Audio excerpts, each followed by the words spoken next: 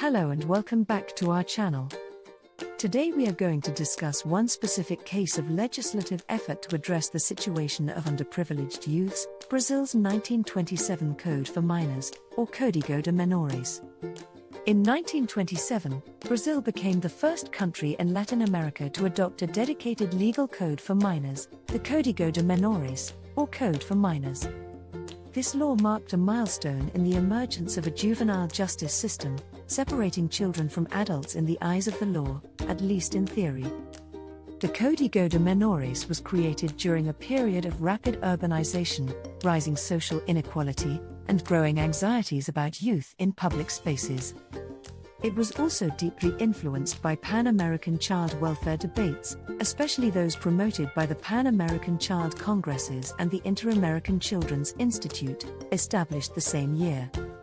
At its core, the 1927 Code distinguished between two main categories of minors: those in conflict with the law, or delinquent minors, in the language of the Code, and those in a situation of moral or material risk, called abandoned minors, such as orphans, beggars, or children living in poverty or family instability.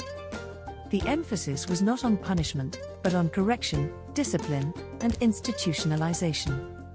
Minors could be sent to asylums, agricultural colonies, apprenticeships, or correctional institutions, under the assumption that the state could and should intervene to guide their moral and social development.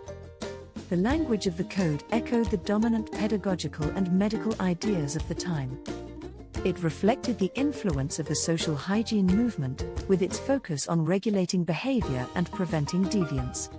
Though the code avoided overt references to race or biology, it was part of a broader legal and institutional system shaped by class hierarchies and racialized assumptions about poverty and criminality.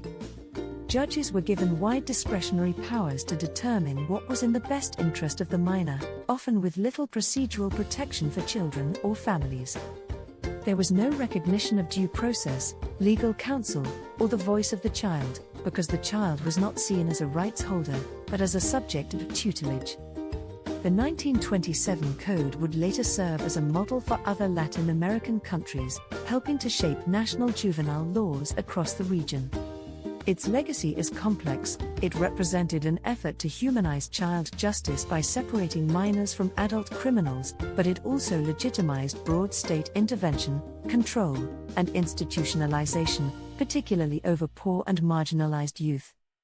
It would remain in force in Brazil until 1979, when it was replaced by a new code under a very different political regime. But the questions it raised, about protection, control, and the role of the state in the lives of children, continue to echo in debates about juvenile justice today.